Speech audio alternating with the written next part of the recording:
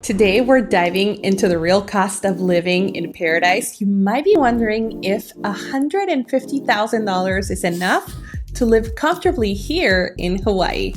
Well, I would love to share my thoughts with you and our budget. We are a family of three and we live on a 1,700 square foot home here in Kailua Kona. I'll share our monthly expenses from housing to groceries to give you a clear picture of how much things cost. First up, housing. Our mortgage is around $3,100 per month. This includes mortgage, insurance, and property taxes. If you're new to the island, you have to know that Hawaii has the lowest property taxes when compared to the mainland. If you do decide to rent, you should expect to pay around $2,500 to $4,500 a month, depending on the area and type of home. There's certainly rentals that are going for $15,000 a month, but those are crazy rentals that are near the ocean and provide all the amenities that you can imagine. But I'm basing off these numbers on your typical 2 to 4 bedroom home located close to town.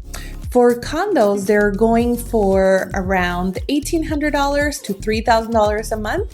In all these figures, you can check them out on Craigslist or Facebook Marketplace if you get curious on our rental market. Next up is utilities. Our electricity bill is around $120 a month. We used to pay around $400 to $600 a month, which is really high for a family of three. But we had really heavy usage in our household. So we decided to install 24 solar panels, and our bill dropped significantly ever since we decided to install those panels. I have clients that have panels and their bills are $60 to $70 a month. You still have to pay the hookup fee to Helco, and there are ways to maximize your solar panels if you get really smart with them so you don't pay extra. On our very specific situation, we do a lot of activities after 5 that do require electricity. So we have found that we are paying more because we're not maximizing our solar panels, but it is very important to note that in our family, we're running the AC all day long in 4 rooms in our house. So this definitely plays a factor on your electricity bill usage. For groceries, we go to Costco, Safeway, and KTA. For convenience, I personally will love to go to farmers market more often and support our farmers market. But we are a working family and everything we need is easily findable at these stores.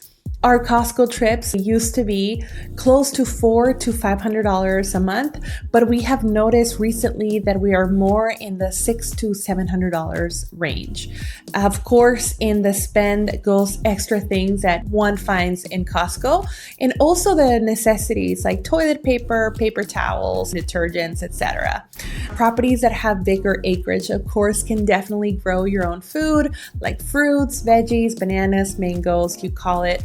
And you can certainly save some money by growing your own food and living off your land, but also in growing your fruit and veggies do require monitoring and maintenance of your garden. So if you are working a lot, like a lot of these families do, in order to make things work out here, you may not have all the time to tend to your garden, right? And so you will definitely end up on the stores that I just mentioned. Transportation is another biggie. We have a truck and a Bronco. Gas prices out here range from $4.50 to $4.70 per gallon. So you can spend around $200 to $250 a month, depending on how much you drive on the island. We certainly drive a lot, so considering that usage per person, per car.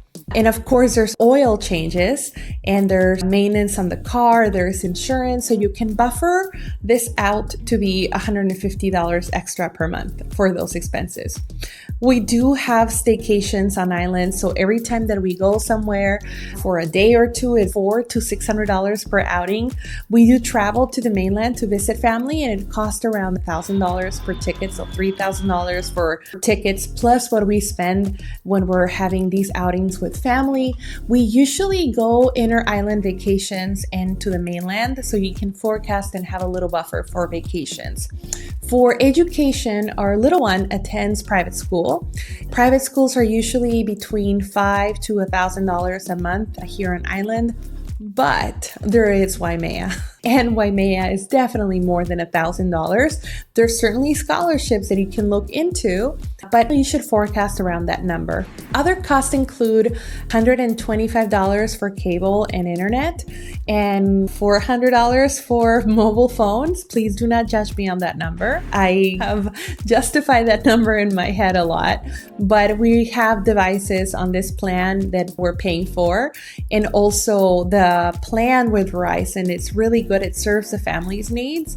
I mean, please no sponsorship to Verizon. I'm not affiliated with them by any means, but it's the one that everybody uses here on island. And it's the most reliable cell phone signal. So I sometimes tend to be in remote locations, showing property or with clients. And for me, it's a necessity. So if you want a strong signal, reliable, Verizon is the way to go.